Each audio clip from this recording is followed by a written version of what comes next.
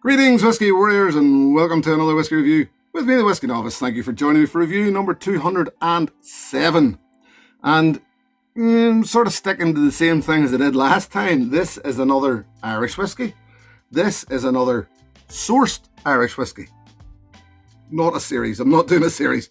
But another one that I just feel needs talked about. It's a whiskey that I have enjoyed greatly, and I just wanted to review it for that reason. McConnells, not just McConnells Sherry. Now, let's get into this. Let's give you a bit of the history, shall we? Well, actually, what I'll tell you first of all, 46%. Yes, it's a blend. It's a 5-year-old blend, so it's not an old one. 5-year-old blend, bottled at 46%. Non-chill filtered. I know, I'd say there's probably a bit of colour added. I still, non-chill filtration in a blend, I don't really get the point of chill filtration in blends. I genuinely don't see the point. I know that that brings a bit of that body back to the malt element, but if you're blending it with grain whiskey, etc., I just don't see the point. But let's get to the story with this. Well, let's go back a little first, shall we? Crowback Distillery. The McConnells name has been around for quite a while. I think it was 1776. I remember reading something like that, 1776, 1778, something like that. And they're 1778, maybe it is. But they were grocers once again, I think. I'm not 100% sure of the story behind McConnells themselves. However, skip forward many years into the late 1800s, and the Crowback Distillery came about in Belfast. So the Crowback Distillery, Ravenhill Road, Belfast, and they were releasing liqueurs like the Old Crow and McConnell's Whiskey. So it hung around late 1800s, very late 1800s. I think it was around 1899. Unfortunately, they were just that little bit, I'm going to suggest that a little bit late to the game, and so fell into the same troubles as all of those other great whiskey distilleries in Ireland at the time and around the 1920s, 1930s, fell into trouble, disappeared. But they were a big concern at the time. I mean, these guys had a distillery in Orkney, N.A.S.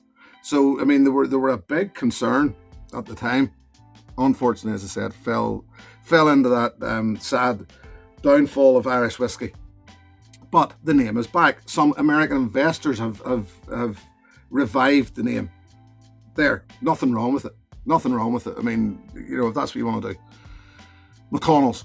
So they currently have a 5-year-old and a 5-year-old sherry. So it's a 5-year-old blend, and a 5-year-old, same blend, but sherry cask. So what they do, so it's sourced, but McConnells are different because they're a distillery starting in Belfast very soon. If we're talking about right now, if you're watching this now in a sort of latter half of 2023, well, we will see the opening of that distillery later in this year. So November, December, we will see McConnell's Distillery in Belfast in the old jailhouse on the Crumlin Road come to life.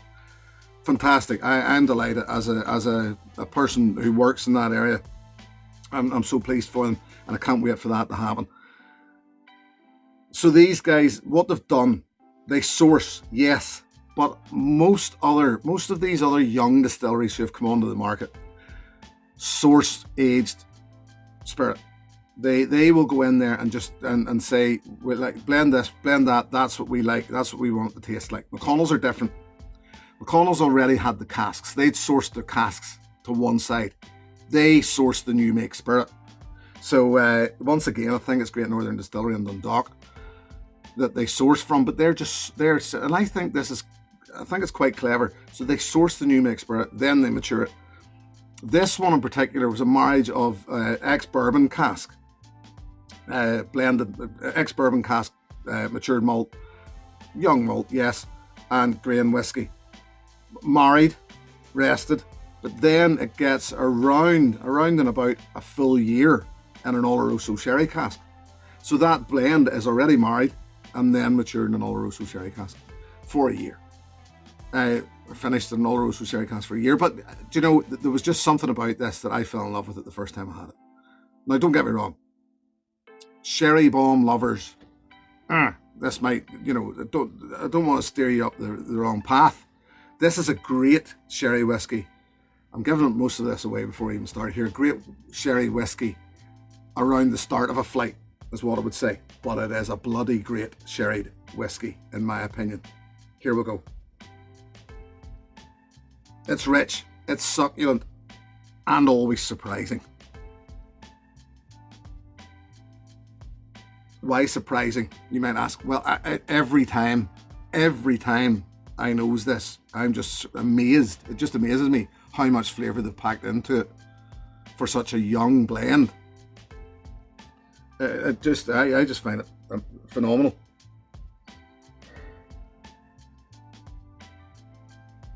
Yeah, okay, the grain element, powdered sugar I tend to get from that sort of thing. Yes, it's there.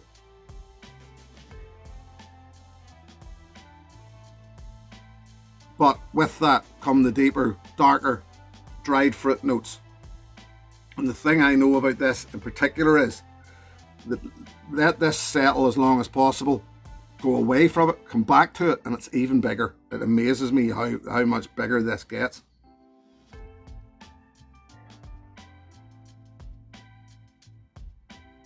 Yeah, those dried fruit notes overcome any of the sweeter, powdery notes of the grain. So it is usual fare, sultanas, raisins, mixed pale, dried fruit cake. You know, that sherry, it's all there. And even hints of the sharper, slightly sharper notes, hints of orange and grapefruit.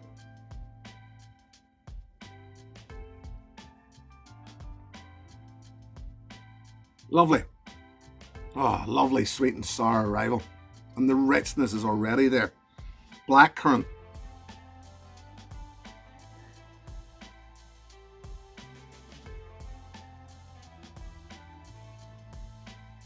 Tasting notes on this mentioned fig. Yes, definitely. Dried fig.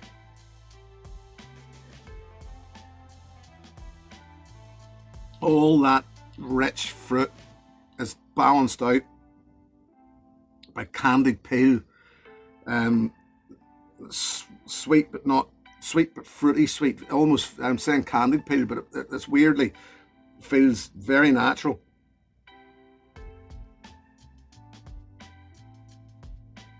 I just find it incredible how big the palate is on it, as well as the nose.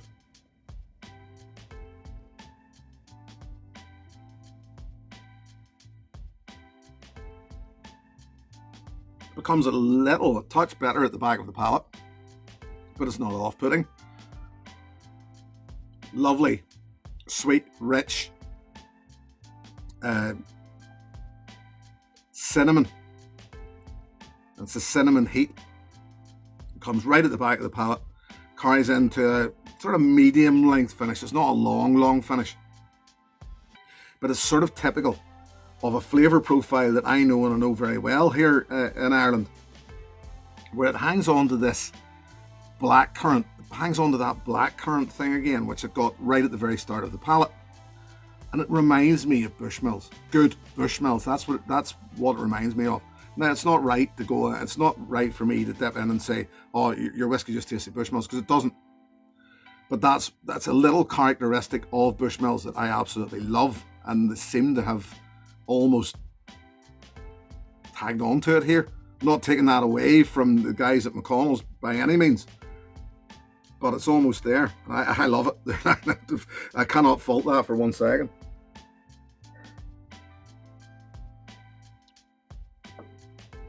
And also dark chocolate, which is also mentioned on the label. I'll put, you know, this can actually take a drop of water. So a drop of water it gets. Yes. That blackcurrant note just hangs around the back of the palate. And dark chocolate. And it's lovely. Works really well together. A drop of water, there's some slightly distant notes of sulphur sort of spent matches, but still lots of rich fruit cake. Yeah, it doesn't. That's the thing. I'm delighted with how this can handle that drop of water, because I've said in the past that I find a lot of Irish whiskies go a bit wishy-washy with adding water. This one stands up well.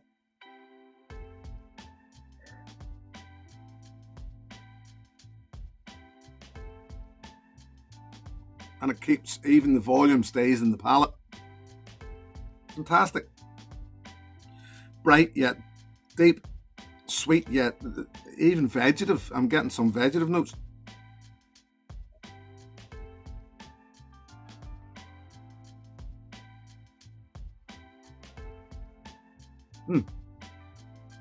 Finish still long, little sharper, but not off-putting. Love it. I just, as I said, I love this. And I did say, and I stick by it, a good opener or early in a flight. Early in a flight. Don't expect a big sherry bomb. It is a blend, but a good blend. 40 generally comes in around the 40 to 45 pounds mark. A little expensive. It is a little expensive, yes. Still 46%, non-chill filter for what it's worth. If at £40, I replace this. I want this in my cabinet. I want to keep this in my cabinet because it's a great representation of what you can achieve with somebody else's spirit, in my opinion. And I really don't want to take it away from the people in McConnells. I know it's sourced, and it's still something that I don't necessarily agree with.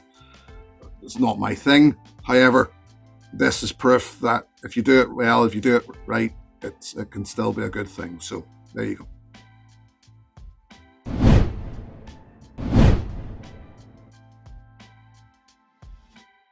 So you've heard my views on it. What would I recommend as an alternative? Well, this is one for you Irish whiskey drinkers. Sitting up there in your pedestals. I'm gonna, because there's something that irritates me a lot, and it happens in Ireland, and I hear it regularly. I may have mentioned that I work in a whiskey shop once or twice, and I hear regularly, I don't like Scotch whiskey.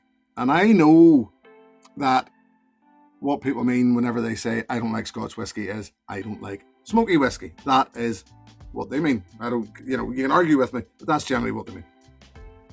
So I'm going to recommend to you a Scotch whiskey. Stand by your beds. Don't panic. That's the thing. People give Scotch whiskey this label. Oh, it's all smoky and tastes like TCP, and I don't like it. Well, I'm going to recommend to you a whiskey that most definitely doesn't taste like TCP. The Arran Sherry Cask, Sherry Bodega, whatever you wish to call it, bottled at the mighty 55.8% non-chill filtered, no colour added. This is about £10 dearer than this, roughly. Maybe slightly more than that. This is a sherry bomb. So if you were starting your flight, say, of sherried whiskies with the likes of the McConnells, you would be finishing with the Arran Sherry Bodega. Yes, I've said in the past that Arran has this metallic bitter note at the back of the palate, which doesn't sit very well with me. It showed up in the sherry cask. However, it also showed up here a little. So how could this work and this not? Well, it's not just as much in the McConnells for me as it does in the Arran. However, I am going to recommend it. So look, anybody, if you're into your sherried whiskies, if you've bought this, I recommend this regularly to people. If McConnell's Sherry Cask is a whiskey you like, don't be tight. Spend an extra tenner and buy the Arran Sherry Cask, because if this is the feel, this is a Scotch whiskey that this is, like, don't get me wrong, the Arran Sherry Cask is better than the McConnell's. It is. However, in my opinion, of course. However, it's that progression. So there you go. It is about progression. So yes, forwards, never backwards. Upwards, never downwards. Progression, whatever, I don't know. I don't know, just made that up on the spot there. Yes, but I do like this. I will replace it at £40. And I would recommend, if you see it, and again, if you see it in a bar, try it, give it a go. I think it's a good Irish whiskey. And you can't say more than that. So there you go. Thank you for joining me. Always a pleasure to have you. Thank you very much to my patrons. Should anybody wish to join that group, the details are in the video description below, as per the usual. I'll be back next time with something slightly different. Till then, my friends, thank you for joining me once again. Here's your good health. Cheers. Hey, thanks for watching my video. Please click and subscribe to be notified of further content.